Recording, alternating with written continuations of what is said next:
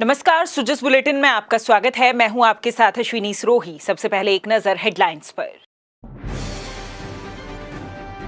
केंद्रीय रेल मंत्री ने मुख्यमंत्री श्री भजनलाल शर्मा से की शिष्टाचार भेंट। राजस्थान में रेलवे सुविधाओं के विस्तार के संबंध में हुई चर्चा।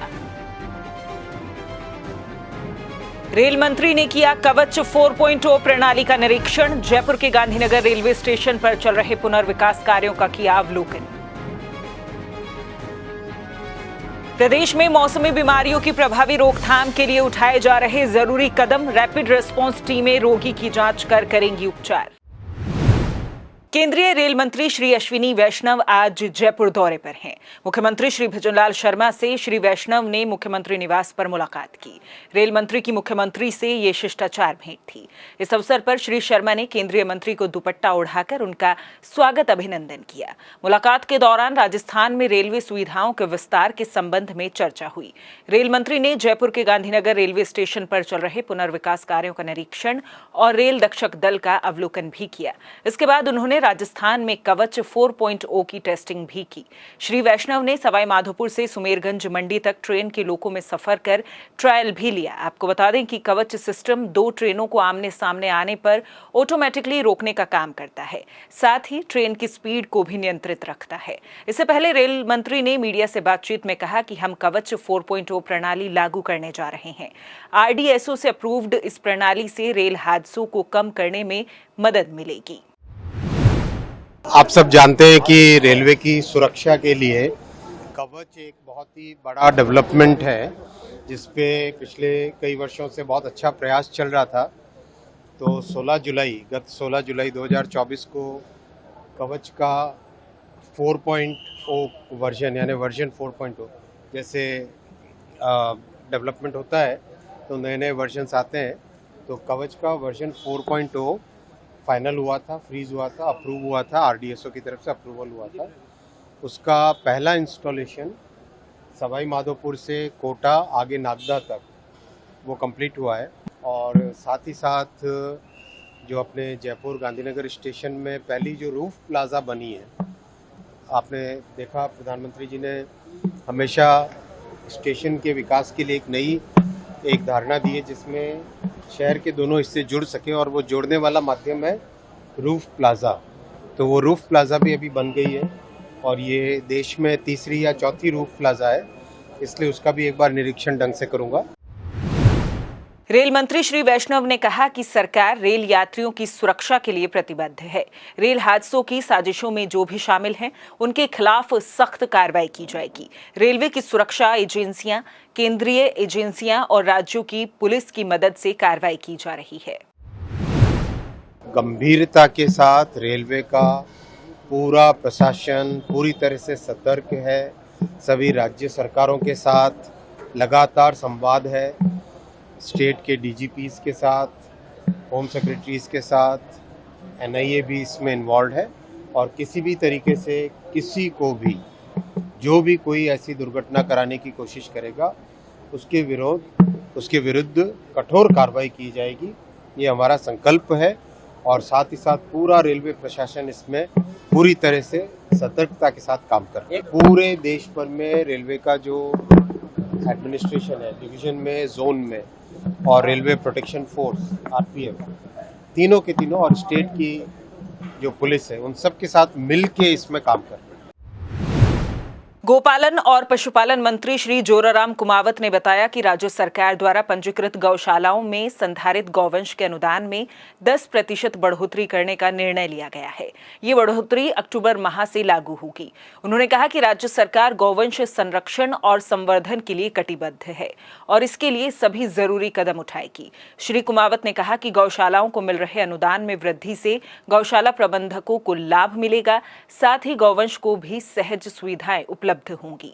आपको बता दें कि 1 अक्टूबर से बढ़ने वाली अनुदान राशि के तहत बड़े गौवंश के लिए 40 रुपए के स्थान पर 44 रुपए और छोटे गौवंश के लिए 20 रुपए के स्थान पर 22 रुपए का अनुदान प्रतिदिन दिया जाएगा।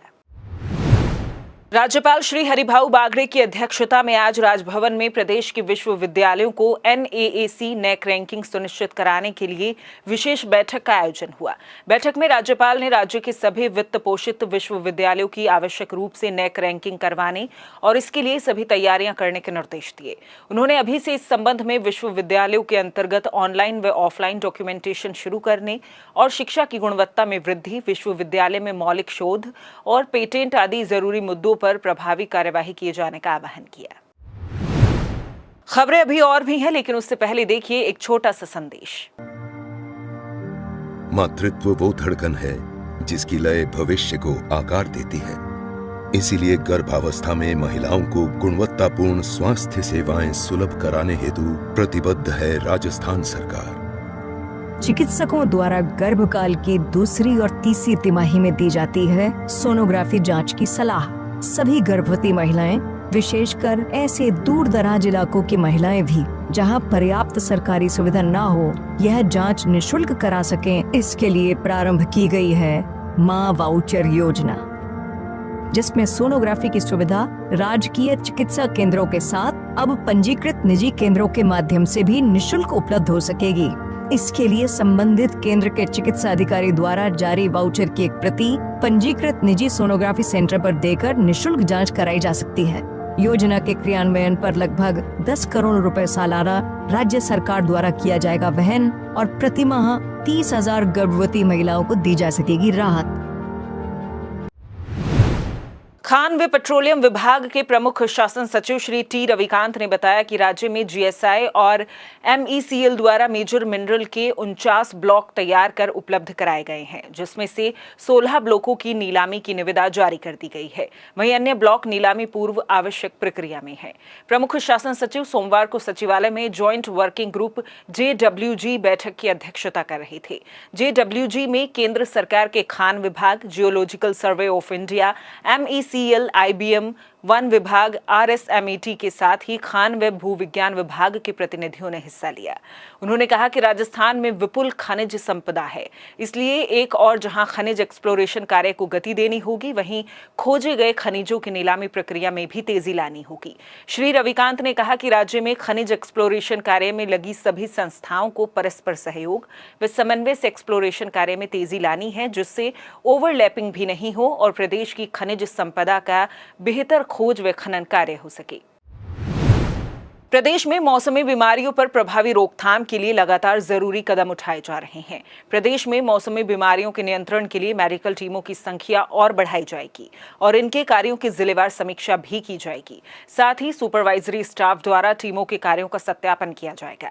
चिकित्सा एवं स्वास्थ्य विभाग की प्रमुख शासन सचिव श्रीमती गायत्री राठौड़ ने सोमवार को सचिवालय में मौसमी बीमारियों की स्थिति की समीक्षा करते हुए इस संबंध में दिशा निर्देश दिए। उन्होंने कहा कि अधिकारी मौसमी बीमारियों की रोकथाम के लिए मिशन मोड में काम करें, साथ ही प्रभावी मॉनिटरिंग और पर्यवेक्षण सुनिश्चित करें। श्रीमती राठौड़ ने निर्देश दिए कि मौसमी बीमारियों के लिए नियंत्रण कक्ष को और सुदृढ़ बनाया जाए। निदेशालय स्तर पर स्थापित कंट्रोल रूम में समस्त जिलों से प्राप्त समस्याओं और शिकायतों का 24 घंटे में निस्तारण किया जाए। प्रमुख शासन सचिव ने कहा कि मौसमी बीमारियों से प्रभावित क्षेत्रों में रैपिड रेस्पॉन्स टीमें भ्रमण कर गंभीर रोगी की जांच और उपचार प्रदान करें। अब देखिए प्रदेश में आगामी दिनों में कैसा रहेगा मौसम का हाल। नमस्कार, मौसम विज्ञान केंद्र जयपुर आपका स्वागत करता है। राजस्थान के दैनिक मौसम की जानकारी इस प्रकार है। पिछले 24 घंटों में पूर्वी राजस्थान में कहीं कहीं पर मेघगर्जन वज्रपात के साथ हल्की से मध्यम वर्षा दर्ज की गई। पूर्वी राजस्थान में कहीं कहीं पर भारी वर्षा भी दर्ज की गई। पश्चिमी राजस्थान में मौसम शुष्क रहा। राज्य में सर्वाधिक अधिकतम तापमान 39.6 डिग्री सेल्सियस बीकानेर में तथा सर्वाधिक न्यूनतम तापमान 28.6 डिग्री सेल्सियस बीकानेर में दर्ज किया गया। पिछले 24 घंटों में राज्य में सर्वाधिक वर्षा कुशलगढ़ जिला बांसवाड़ा में 74 मिलीमीटर दर्ज की गई। आज 8:30 पर दर्ज प्रेक्षण के अनुसार राज्य के अधिकांश भागों में हवा में आर्द्रता की औसत मात्रा 70 से 90% के मध्य दर्ज की गई। दक्षिण पश्चिम मानसून की विदाई राजस्थान के कुछ और हिस्सों से हो गई है। विथड्रॉल रेखा अब चूरू, अजमेर, माउंट आबू से होकर गुजर रही है। सो जिस बुलेटिन में फिलहाल इतना ही, फिर होगी आपसे मुलाकात, तब तक के लिए नमस्कार।